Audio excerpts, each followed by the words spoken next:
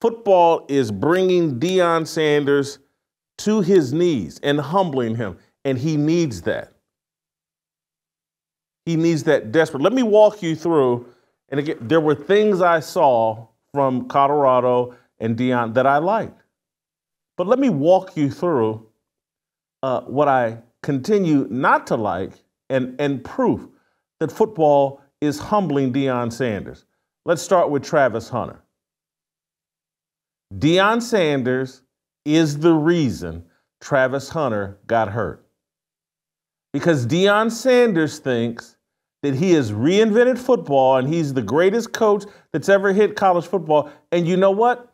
I can take a 19, 20, 21-year-old kid with amazing talent, and I can play him both ways and play him virtually every snap for an entire season because I'm Deion Sanders, and I say so. And this kid is different.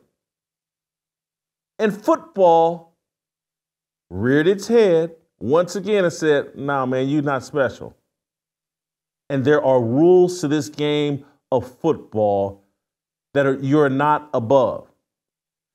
In the game of football, even this softened game of football that we have today, injury is inevitable. You are not going to play football for any length of time without getting injured. And when your coach decides, hey, I'm going to play you 120, 130 snaps per game, the inevitability of injury increases substantially. And so Travis Hunter catches a pass and takes a routine hit.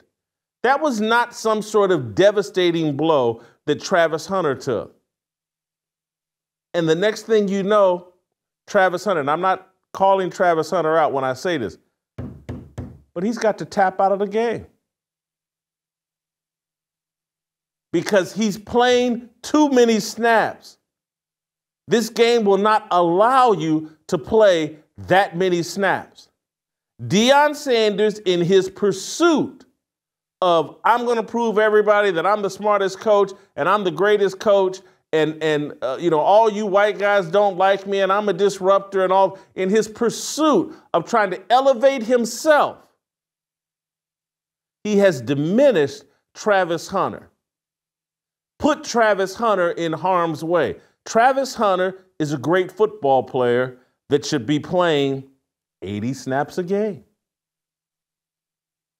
You want to play him 60 snaps on offense and 20 on defense, or 60 on defense and 20 on offense? Fine. We've seen Charles Woodson. We've seen guys do that. But this whole deal of he can play 93% of the snaps in a college football game week after week, season after season, and not have to tap out on a routine hit with some sort of injury, this has been inevitable. And Deion Sanders, in his lack of humility, is to blame. This kid has a $200 million NFL future, and we've all sat back and watched Deion exploit this kid and put this kid in harm's way, and no one has said anything. All we've said, oh, Travis Hunter, he's the best player in college football. Don't you see these numbers he's putting up against FCS schools? Don't you see what he did against Colorado State, a mid-major? Oh my God, he's the best player in football. Hand him the Heisman. We've celebrated the insanity and the stupidity and the lack of humility from Deion Sanders because we love idol worship. And Deion's an idol. And we don't really care. If he exploits a kid and puts a kid in harm's way, we'll look the other way because Deion, he's our idol and he's black. Doesn't matter that Travis Hunter is a kid and he's black.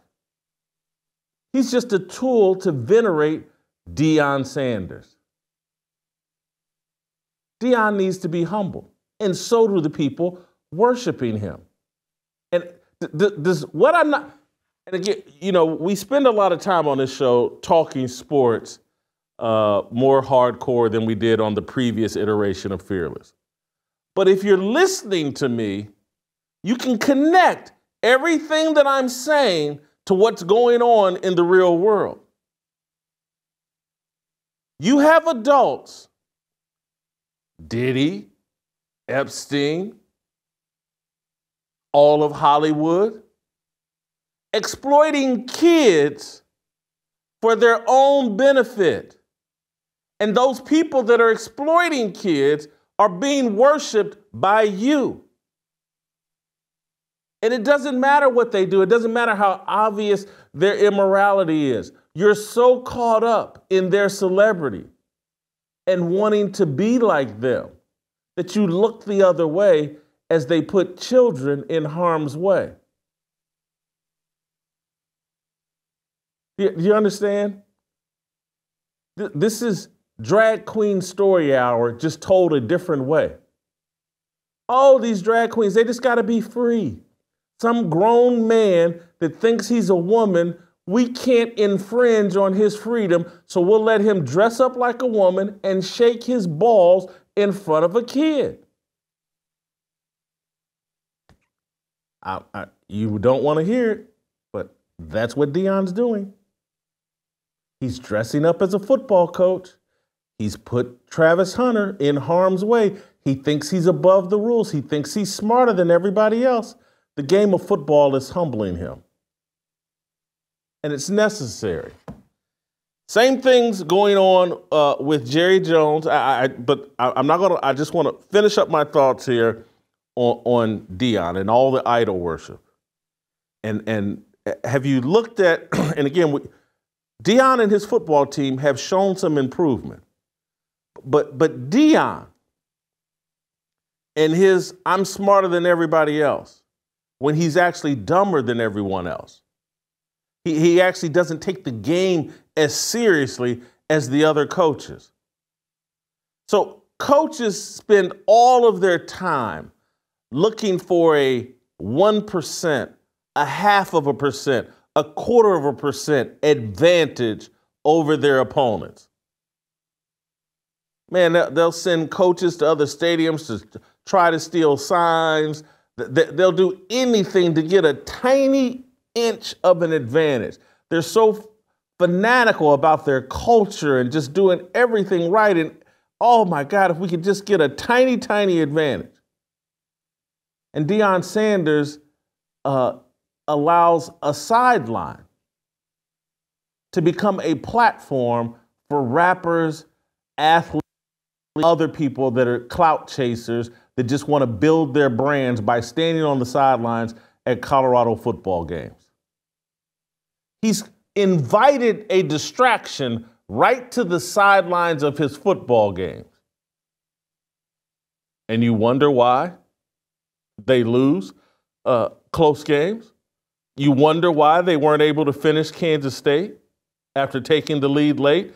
Did anyone look at Deion Sanders after they took that late lead and the celebration that was going on, the smiles across people's faces? If I had all those celebrities on my sideline and my kids were halfway distracted because, oh my God, look at Cameron, look at this rapper, look at this, oh, there's Kevin Durant, there's Russell Westbrook, there's all of these people on the sidelines, many of them, the rappers, and there's a few rappers that were on the sidelines this week. I can't name them. I can't keep up with them. Everybody's a rapper. Everybody's a star. But all these drug-infested, immoral rappers on your football sideline, that doesn't give Deion and the Colorado football team an advantage. It gives them extra attention. It gives them extra distraction. At some point, Deion's got to figure this out. If you enjoyed that video, be sure to hit the like button and subscribe so you never miss a moment of Fearless.